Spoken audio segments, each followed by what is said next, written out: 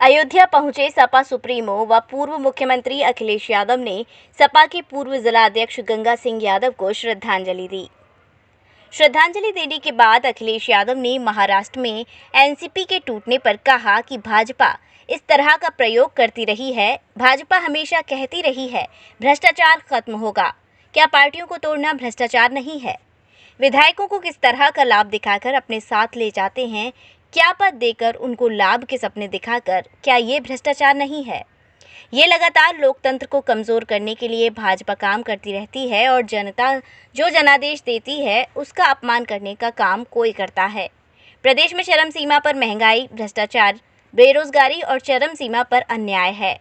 भाजपा वाले कितना भी जोड़ तोड़ कर लें, अंत में इनको जाना है। 2024 में सपा और सहयोगी दलों की ऐतिहासिक जीत होगी। वो समाजवादी पार्टी लड़ाएगी। सर, महाराष्ट्र चुनाव जो मजबूत होगा वो समाजवादी पार्टी लड़ाएगी। आप अयोध्या में है, क्या राम दर्शन करेंगे रामलला का? देखो तुम कैसी बातें करते हो। कितनी बार बोलता हूँ, अगर राम की धरती वाले लोग और खासकर अयोध्या के हमारे पत्रकार ये बात भूल जाएं कि मैं अयोध्या में आकर के क्या कहता हूँ। मैंने हमेशा वही कहा कि हम लोग जब पूरा निर्माण हो जाएगा तो दर्शन क्यों करने का नहीं आएंगे, और फिर हम तो आपसे भी कहेंगे हमारा भी मंदिर है उसका भी दर्शन कराएंगे आपको। अगर आप हमें दर्शन कराने के लिए बुला रहे हो तो हम भी आपको न्योता देंगे और अपने नेताओं से कहेंगे सबके phone number, address, WhatsApp number याद रखना, हमारे भी मंदिर दर्शन में आप लोग आना जाए और विपक्षी सारे दल एक हो जाए। क्यों अरे एक कहावत है चंडू खाने की कप। अरे इतना बड़ा चैनल है, क्या चंडू खाने की कप चलाते हो? कुछ होमवर्क करो आप।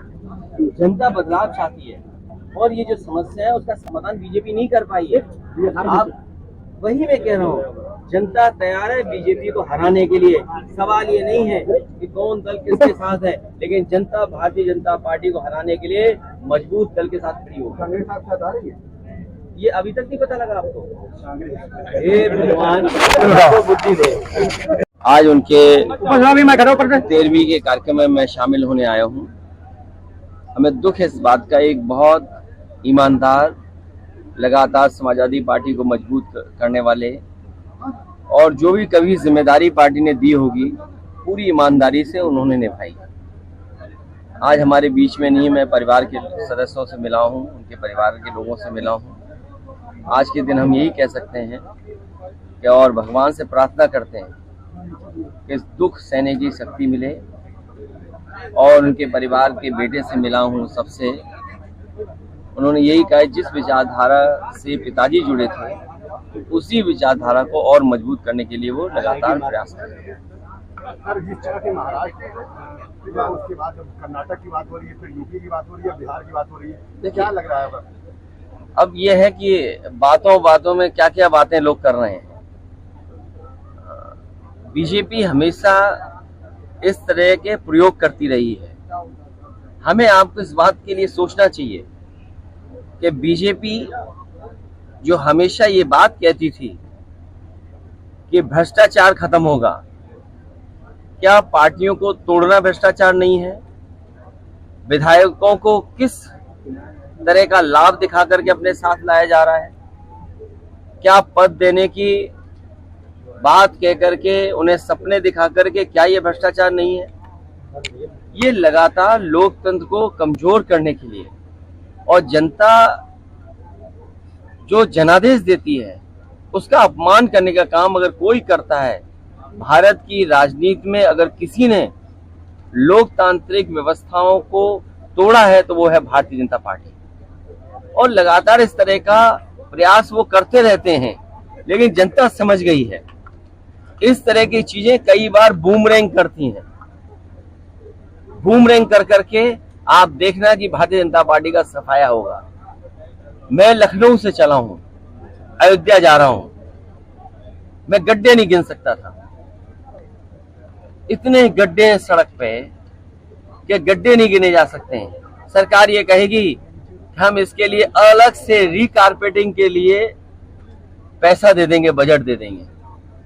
जिस गति से विकास होना चाहिए था वो नहीं हुआ।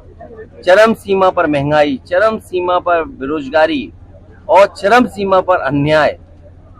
खुलेआम लूट, शायद पहली बार ऐसा किसी ने देखा होगा कि इतने बड़े पैमाने पर भ्रष्टाचार बढ़ा हो। क्या जनता बिजली का नाना भूल जाएगी? क्या जनता बिजली का बिल और दोहराई जा सकती है और प्रदेशों में? देखिए, उलझो मत इसमें। हमें आपको ये सोचना चाहिए कि जो मुनाफा हो रहा है महंगाई के कारण, वो किसकी जेब में जा रहा है और क्या वजह है कि बड़ी बड़ी इन्वेस्टमेंट मीट के बाद भी कोई उद्योगपति उत्तर प्रदेश नहीं आया, कारखाना नहीं लग रहा है। आखिरकार वो कारण क्या है?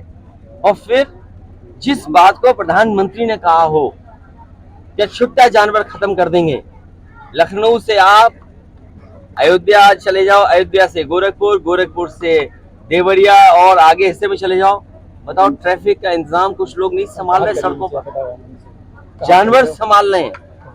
बड़े दुख की बात है, $1 ट्रिलियन इकोनॉमी का सपना दिखाने वाले सड़क से जानवर नहीं हटा पा रहे। इस तरह की महाराष्ट्र की घटना दोबारा हो सकती है? और दूसरा ये कि क्या अब होगी वहां पर जहां पर आपने सरकार को डगमगाते देखा है, 24 के बाद वही होगी जहां की आप बता रहे हो बात। विपक्षी एकता को कोई विपक्ष को झटका नहीं लगने वाला है। विपक्ष जो है और विपक्ष अपनी अपनी जगह मजबूत है, ये याद रखिए। विपक्ष अपनी अपनी जगह बहुत मजबूती से लड़ रहा है बीजेपी के खिलाफ। विपक्ष बिहार के बाद जो है बेंगलोर में बैठक करने जा रहा है, क्या कहेंगे सर? आपके साथ तो रहेंगे तो 24 में। तुम कैसी बातें करते हो आप? आपको कोई अलग से संपर्क जुड़ा हुआ है किसी योगी के से जो आपको अलग से सूचना मिलती हो? बिहार के बाद बेंगलोर में विपक्ष बहुत बड़ी बैठक करने जा रहा है, क्या कहेंगे? बिहार के बाद जो है विपक्ष जो है बेंगलोर में बैठक करने जा रहा है। ये बैठक लगातार होती रहेंगी और जहां जहां विपक्ष मजबूत है वो मजबूती से बीजेपी का मुकाबला करेगा। Rajiv Academy for Technology and Management, 7th rank of MBA by AKTU. Assured placements among top-notch global companies, regular workshops, training programs, seminars and guest lectures, frequent industrial visits for practical exposure, systematic and well-structured training classes to enhance communication, life skills, technical and aptitude skills, a lively campus life, cultural and sports events and extracurricular activities, highly qualified faculty members, multimedia classrooms and state-of-the-art AC infrastructure amidst lush green and enthralling ambience.